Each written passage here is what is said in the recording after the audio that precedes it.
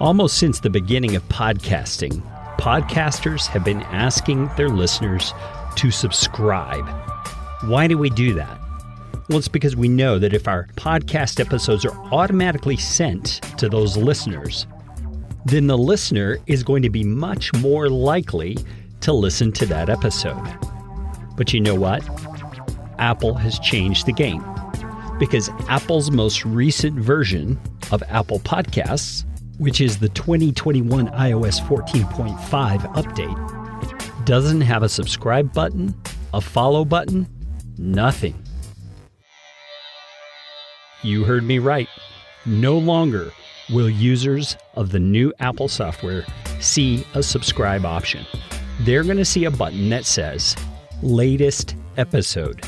And when they click on that latest episode button, they're going to hear the first 60 seconds of the most recent episode. This has lots of ramifications for both what you ask your listeners to do and how you format your podcast episodes. Let's talk about it on this episode of Podcastification.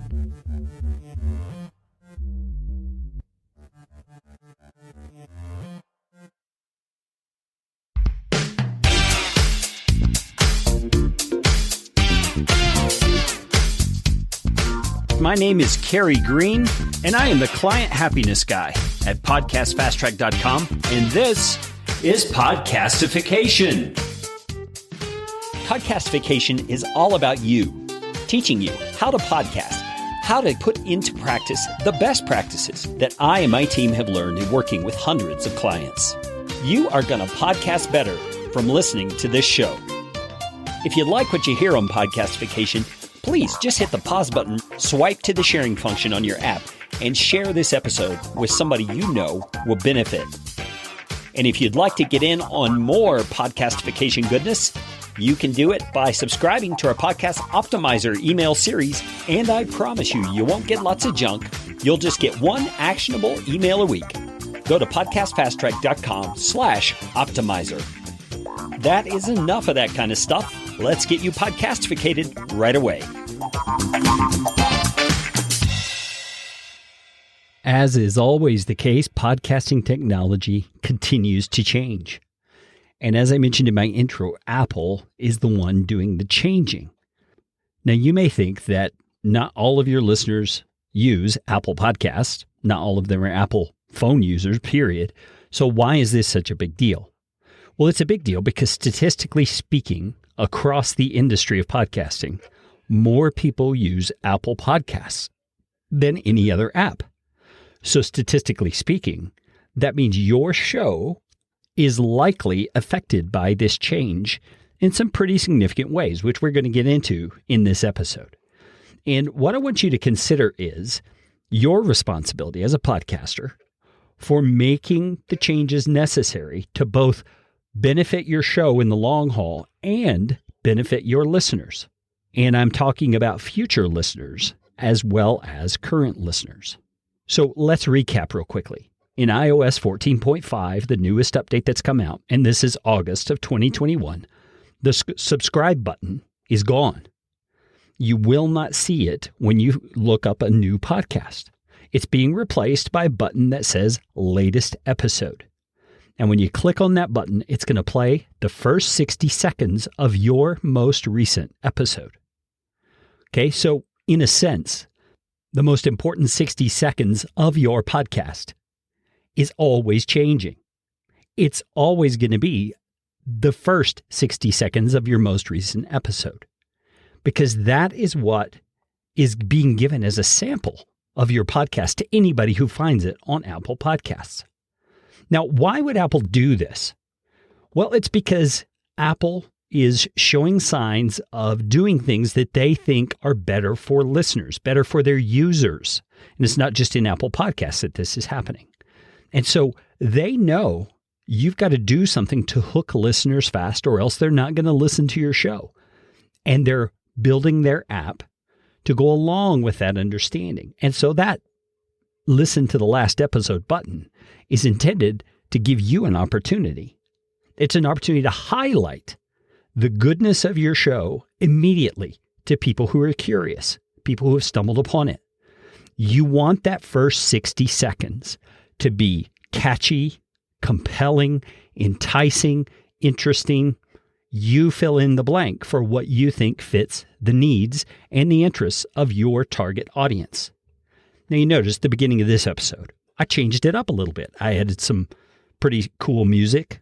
I kind of did some monologue over the top of that to introduce the topic, and I feel it was more compelling than my typical, on this episode of Podcastification, we're going to do blah, blah, blah. Now, don't misunderstand.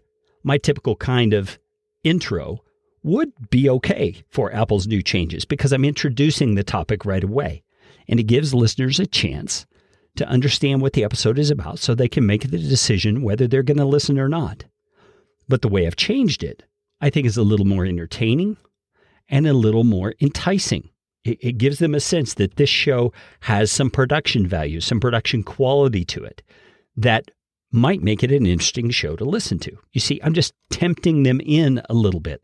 And if I change that music from episode to episode to episode, and I change my approach to that teaser, it's going to be even more intriguing to people as they become regular listeners of the show. Now, let's walk through some of the impact of this situation to find out how you might want to consider making adjustments to the way you do your podcast. Listeners are still going to be able to get the automatic downloads they want, like they used to get when they subscribed to your show. But that functionality is kind of hidden. When you pull up the podcast in Apple Podcasts, you'll find that option behind the 3-dot menu in the top right corner above your cover art. That is where people are going to have to go. So if you want people to subscribe on Apple Podcasts, you're going to have to tell them to go to that 3-dot menu. When the drop-down menu appears, click the follow button. You see, Apple has changed the vernacular there too. It's now follow, not subscribe. So from now on, forget subscribers. You want them to follow your podcast, and that's what you're going to say when it comes to Apple Podcasts. You can add a call to action to your episodes that is specific for Apple users, but just be careful because there are, as I mentioned earlier, still a lot of people who don't use Apple, and you want to make your call to action relevant to them as well. So I would encourage you to take the time to figure out how you're going to ask people to follow your podcast, how you're going to ask them to do that based on a different user experience on all the different apps. You need to spend some time working out that verbiage, condensing it where it makes sense on all applications, and then using it consistently. Now, let's talk for a moment again about that initial 60 seconds of your episodes. Well, I can think of a lot of things that immediately should go away from that first 60 seconds. Number one, a long, boring intro. I think that's got to be gone because if it's the same on every episode, and it's the same announcer, radio voice guy, you are missing a load of opportunity there from episode to episode to get people hooked and interested in your show. So I think you should consider redoing your intro, redoing the way you start your podcast episodes. I kept my main intro, but I put it after the teaser segment that I've created. You see, there's all kinds of ways you can do this. There's no rules in podcasting. So do what you think is best for your audience. Now, another thing I can think should go away right away, it's advertisements and commercials and stuff like that that's at the very beginning of your episodes. Man, you don't want that anywhere in your first 60 seconds because that kind of stuff is going to turn off listeners right away. They don't even get a chance to hear what your show is about if you have advertising spots right at the beginning of your episode. So ad spots, they should not exist in that first 60 seconds if you want to make the best use of this change in Apple Podcasts. Another option you might want to consider is to include a teaser from your guest if you do interview episodes. That is right there at the outset of the episode, has music underneath it, and is a compelling or intriguing or enticing statement that they made that both introduces the topic and gives your listeners a reason to be curious.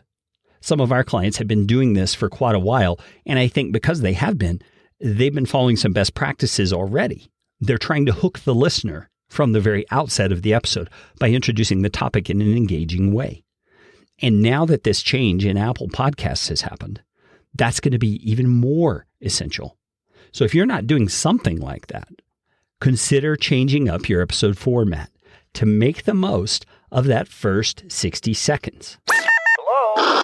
Can you think of other changes that might need to be made because of this change in Apple Podcasts?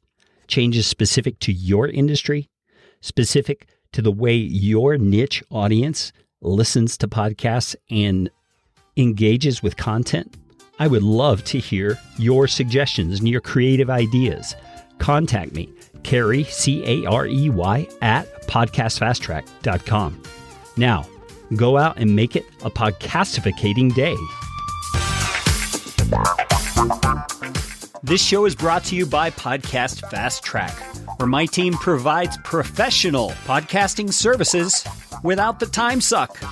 Full production, editing, and show notes all in one monthly subscription package. You can find out more at podcastfasttrack.com. Now go out and make it a podcastificating day.